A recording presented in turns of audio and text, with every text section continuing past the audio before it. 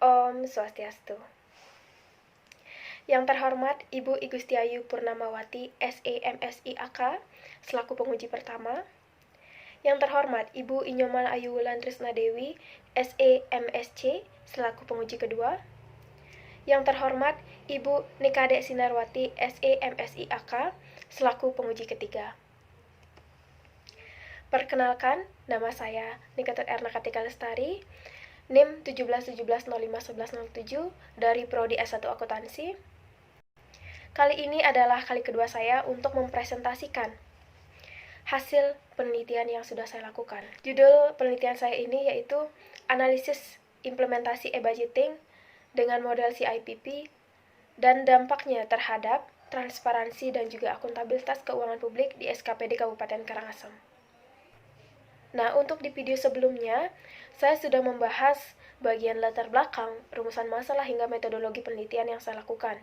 Nah, di video kali ini, saya ingin melanjutkan untuk memaparkan mengenai hasil penelitian yang saya lakukan, mengenai pembahasan dan juga kesimpulan akhir. Baik, sebelum lanjut, saya akan mengulas kembali latar belakang dari penelitian ini, yaitu dari data awal yang saya dapatkan dari hasil wawancara singkat. Untuk mencari data awal, saya mendapati bahwa sebelum adanya penggunaan sistem e-budgeting ini, SKPD Kabupaten Karangasem cukup kesulitan dalam melakukan pelaporan keuangannya. Kemudian ketika sudah dibuatkan sistem dan sudah menggunakan sistem, SKPD Kabupaten Karangasem sudah lebih mudah dan lebih terarah dalam pembuatan laporan keuangan dan juga melakukan pelaporannya.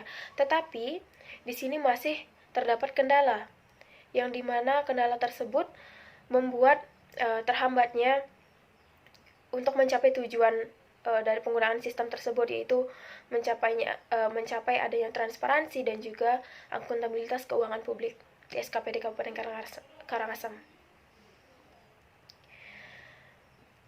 Kemudian, rumusan masalah yang saya dapatkan di sini ada 4, yaitu yang pertama, bagaimana implementasi sistem e-budgeting tersebut melalui model CIPP. Kemudian yang kedua, apakah transparansi keuangan publik di SKPD Kabupaten Karangasem sudah dapat terlihat. Kemudian yang ketiga, bagaimana akuntabilitas keuangan publik di SKPD Kabupaten Karangasem dapat berjalan seiring dengan adanya transparansi. Dan yang terakhir, bagaimana implementasi sistem e-budgeting terhadap transparansi dan juga akuntabilitas keuangan publik. Metodologi penelitian yang saya lakukan. Penelitian saya ini merupakan penelitian deskriptif kualitatif dengan pendekatan studi kasus. Nah, instrumen yang saya gunakan yaitu angket, wawancara, dan juga dokumentasi wawancara. Baik, untuk selanjutnya saya akan langsung membahas tentang pembahasan hasil. Baik, untuk menjawab rumusan masalah yang pertama, yaitu implementasi sistem e-budgeting dengan model CIPP. Untuk evaluasi konteks. Nah, di mana evaluasi konteks ini pelaksanaan e-budgeting diharapkan bisa mempermudah dan meningkatkan efisiensi pengelolaan keuangan publik dalam melaksanakan tugasnya. Tentunya dalam evaluasi konteks ini tujuannya yaitu untuk mencapai goals dari penggunaan sistem e-budgeting ini. Nah, dari hasil yang saya dapatkan dari angket dan juga wawancara mengindikasikan bahwa goals yang diinginkan seperti transparansi dan akuntabilitas itu sudah tercapai, tetapi seperti itu memang masih ada beberapa kendala. Nah, kendala tersebut disampaikan di bagian evaluasi input. Nah, di mana dalam evaluasi input ini mengindikasikan dan menilai aspek-aspek yang berperan sistem pengelolaan dan keberhasilan pelaksanaan program yang dijalankan. Nah, dari hal tersebut menyatakan bahwa yang berperan di sini untuk menjalankan sistem e-budgeting tersebut adalah SDM atau sumber daya manusianya. Nah, di sini pengguna dari sistem e-budgeting tersebut masih dapat dikatakan kurang memahami IT ataupun kurang memahami sistem yang ada, karena pemerintah juga kurang melakukan sosialisasi ataupun kurang adanya pelatihan untuk menggunakan sistem tersebut. Apalagi di masa pandemi seperti ini, semua itu dilakukan secara online. Bahkan pelatihan pun hanya diberikan modul tanpa adanya pengarahan lebih lanjut. Nah, itu juga dapat membuat SDM tersebut kurang memahami penggunaan sistem tersebut. Nah, selain daripada itu, dari hasil wawancara dan juga angket yang saya sudah sebarkan, mengindikasikan hasil lain juga, yaitu adanya indikasi lain, yaitu kurangnya prasarana, seperti keterbatasan sinyal, sering juga terjadi gangguan sistem, error, tidak bisa diakses oleh pengguna ataupun SKPD yang sedang menginput datanya. Seperti evaluasi itu. Proses, sejauh mana pelaksanaan sistem tersebut terkait dengan kesesuaian rencana dan pelaksanaan sistem. Nah, dari evaluasi proses ini, seharusnya pemerintah lebih tegas untuk dan juga lebih terarah dalam melakukan pelatihan, sehingga SDM yang menggunakan ataupun pengguna-pengguna sistem tersebut dapat dilatih secara baik dan benar, agar menggunakan sistem tersebut lebih baik dan lebih bijak untuk mengurangi yang namanya kekeliruan ataupun kesalahan sistem.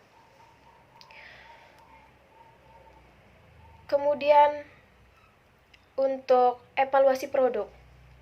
Nah, evaluasi produk ini juga sudah terlihat di mana SKPD Kabupaten Karangasem sudah mampu membuat laporan keuangannya, baik itu laporan anggaran ataupun realisasi anggaran yang lainnya.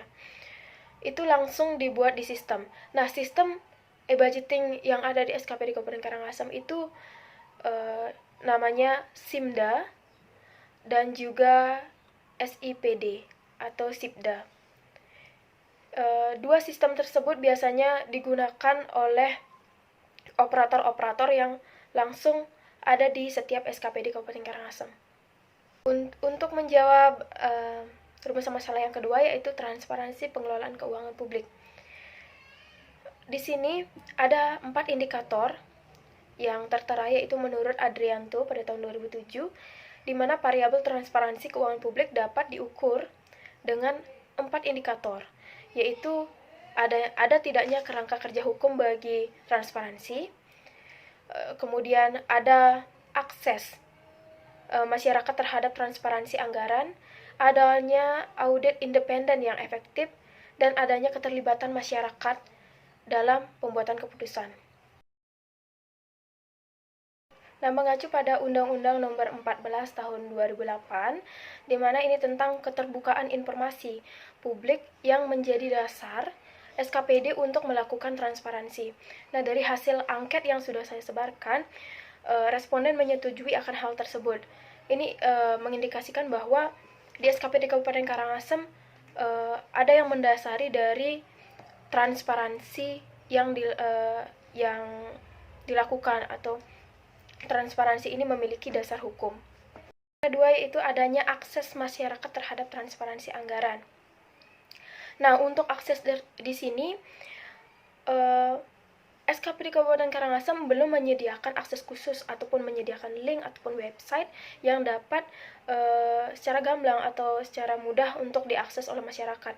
Belum disediakan, sehingga ini juga mempengaruhi transparansi yang ada.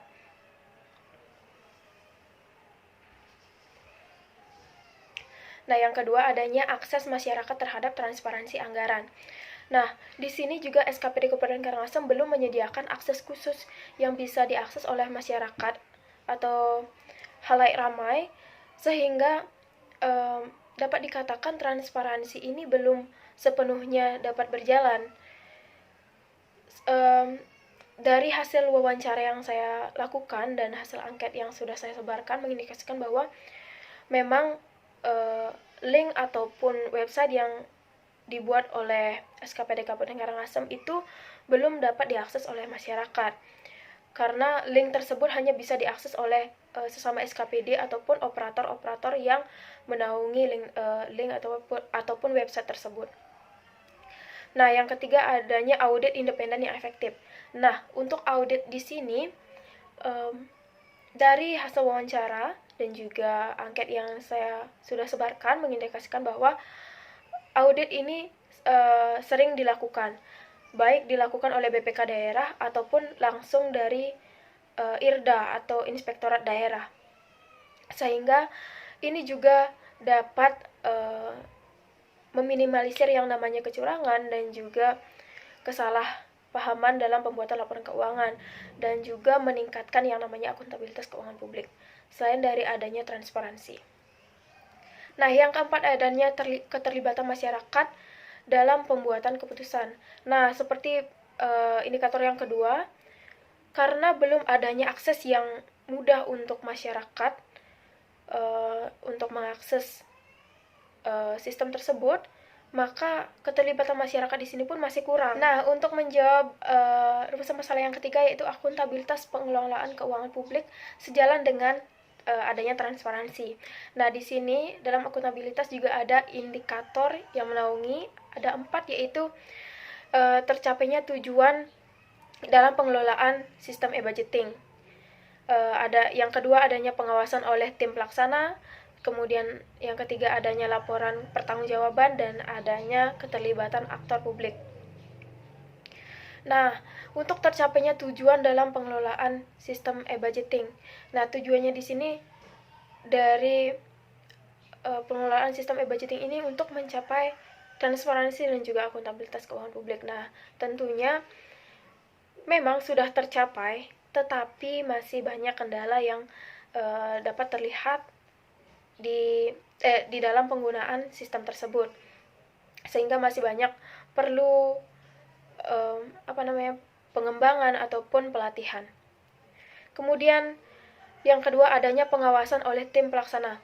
Nah, untuk pengawasan sama seperti transparansi yang tadi, adanya pengawasan dan tim pelaksana, baik itu langsung dari BPKAD dalam pengawasannya, kemudian langsung dari BPK daerah, kemudian langsung dari IRDA dalam melaksanakan pengawasan dan juga pelaksanaan.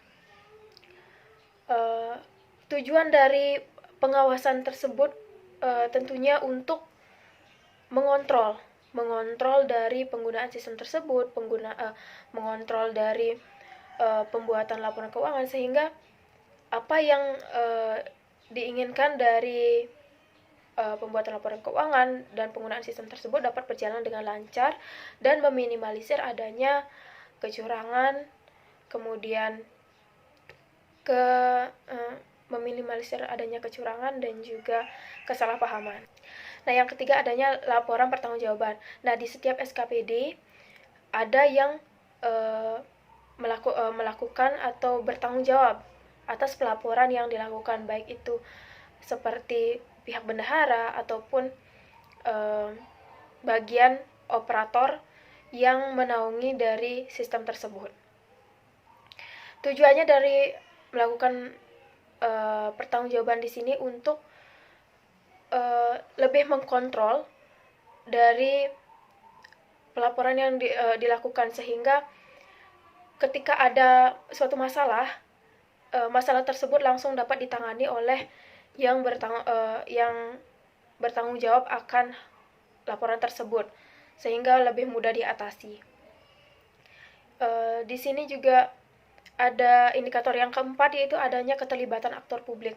Nah, dari hasil angket dan juga wawancara yang sudah saya lakukan, aktor publik yang berperan di sini seperti masyarakat itu belum sepenuhnya berperan, karena seperti yang saya katakan tadi, memang akses untuk masyarakat tersebut masih sangat kurang, sehingga masyarakat belum dapat terlibat secara langsung dalam pembuatan laporan tersebut. Nah, untuk menjawab rumusan masalah yang terakhir, yaitu implementasi sistem e-budgeting dan dampaknya terhadap transparansi dan juga akuntabilitas keuangan publik di SKPD Kabupaten Karangasem.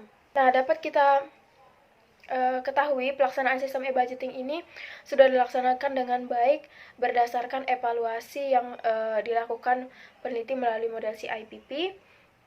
Dan keempat, tahapan evaluasi menunjukkan bahwa sistem sudah dilakukan dengan baik.